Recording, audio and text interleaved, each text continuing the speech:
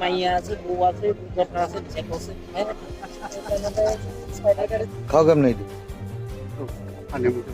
কানের মধ্যে বিয়ে করছো? ছেলে মেয়ে কজন? কত বড় হয়েছে?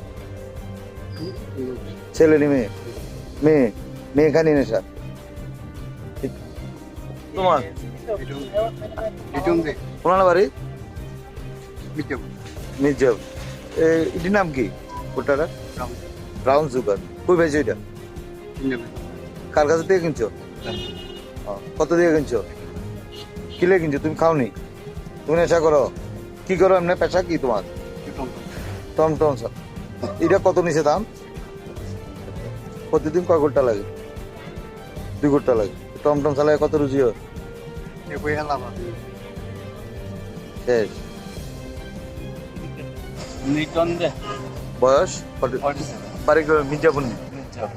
কেন ধরছে? কিসব ব্রাউন সুগার?